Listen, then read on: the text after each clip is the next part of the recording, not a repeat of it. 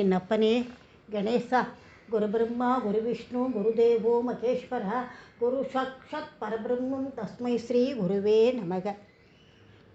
நான் இன்றைக்கி சொல்ல போகிறது மகாபெரிவாளோட கதை தான். படித்ததில் ரொம்ப பிடிச்சது, பகிர்ந்துக்கிறேன் உங்களோட. ஸ்கிப் பண்ணாமல் பாருங்க.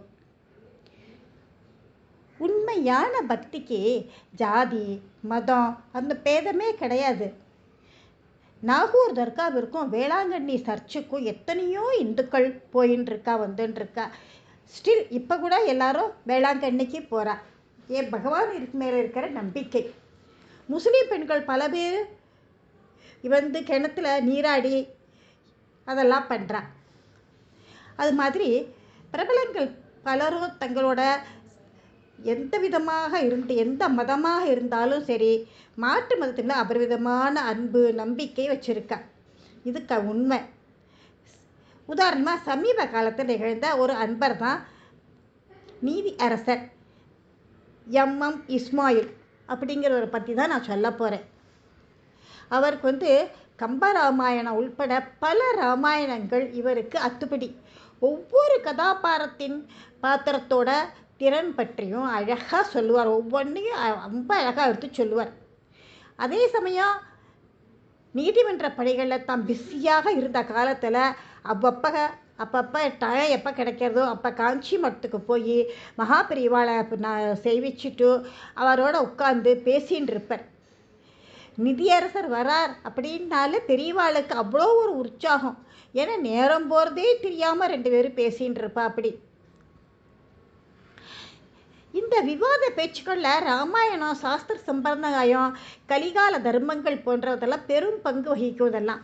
ஒரு முறை 2 பேருக்கும் பேச்சுவார்த்தை நடந்துகிட்டே இருக்குது. ரொம்ப நேரம் ஆயிடுத்து. ஒவ்வொரு விஷயத்தையும் விரிவாக சொல்லின்னு இருக்கார். மகாபெரிவா அலசி ஆராய்ஞ்சு நிதானமாக பேச்சுபா கேட்டுன்னு இருக்கார். அப்போ மகாபெரிவாளோட ஆச்சார அனுஷ்டானங்களுக்கான நேரம் டைம் ஆகிடுத்து.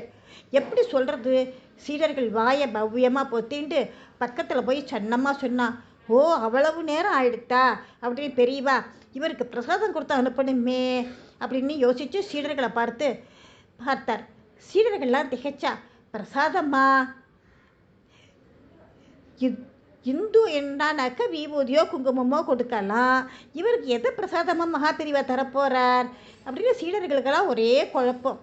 ஒருவேளை கல்கண்டு தருவாரோ, பழங்கள் தருவாரோ அப்படியெல்லாம் யோசிக்கிறாங்கலாம். சீடர்கள் மட்டும் இல்லை, ஏன் நமக்கு கூட இப்போ குழப்பமாக தான் இருக்குது, என்ன கொடுக்க போகிறார் பிரசாதம்னு.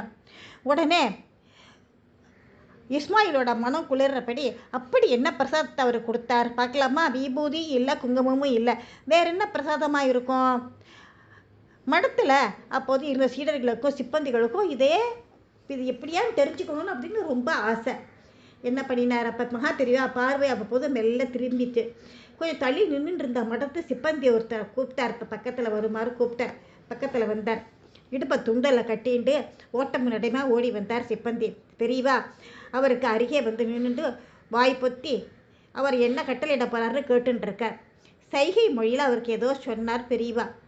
அது காதில் வாய்ண்டவர் உத்தரவு பெரியவான்னு ஓடி போய் ஒரு அறையிலேருந்து என்னத்தையோ எடுத்துன்னு வந்தார். என்ன கொண்டு வர போகிறார் அப்படின்னு எல்லாருக்கும் ஒரே ஆச்சரியம். போன வேகத்திலேயே கையில் ஒரு பொருளோடு திரும்பி வந்தார் அந்த சிப்பந்தி. அவர் கையில் ஒரு அழகான வெள்ளிப்பேழை. வெறும் வெள்ளிப்பேழை மட்டும் பிரசாதமாக இருக்க முடியாதே அப்படின்னாக்கா அதுக்குள்ளே என்னவா இருக்கும்? ஆளாளுக்கு குசு குசுன்னு பேசிக்கிறார். ஒருத்தருக்கும் ஒன்றும் புரியல. மகாசுவாமிகள் பார்வைப்படும்படி அவர் இந்த பீடத்துக்கு முன்னாடி வெள்ளிப்பேழையை வச்சுட்டு கொஞ்சம் பின்னாடி நகர்ந்துட்டார் சிப்பந்தி. உடனே பெரியவா இதுக்குள்ளே பிரசாதம் இருக்குது, எடுத்துக்கோங்கோ அப்படின்னு இஸ்மாயிலை பார்த்து சொல்கிறார். நீதியரசரும் ரொம்ப பயபக்தியோடு அந்த பேழையை தான் கையில் எடுத்துட்டார். கண்களில் ஒத்தின்றார். ரொம்ப ஆர்வ மிகுதியாக அதோட மூடியை திறந்து பார்த்தார். உள்ள சந்தனம். மூடி திறந்து அடுத்த க்ஷணம் குப்புன்னு வாசனை வீசுறது. எல்லா இடத்துலையும் வாசனை. அதோட வாசனை தாங்க முடியல, அவ்வளோ ஒரு வாசனை அந்த சந்தனத்தோட வாசனை. மகாபெரிவா மெதுவாக புன்னகைத்தார். இப்போ எல்லோருக்கும் சந்தேகம் தீர்ந்துருத்துலையோ என்கிற மாதிரி இருந்தது. எல்லாரையும் பார்த்தார். பிறகு நீதியரசர் பக்கம் திரும்பி, உங்களுக்கு சந்தன பிரசாதம் கொடுத்துருக்கேன், விசேஷமான சந்தனம், இதை வச்சுட்டு சௌக்கியமாக இருங்கோ. இஸ்மாயில் அந்த சந்தனத்தை தன்னுடைய 2 கண்கள்லையும் ஒத்திண்டார்.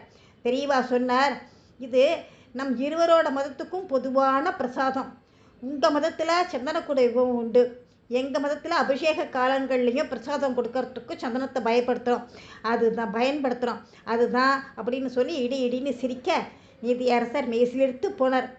மீண்டும் ஒருமுறை பெரியவாள்கிட்ட இருந்து ஆசீர்வாதம் வாங்கிட்டு அவர் விடைபெற்று கிளம்பினார்.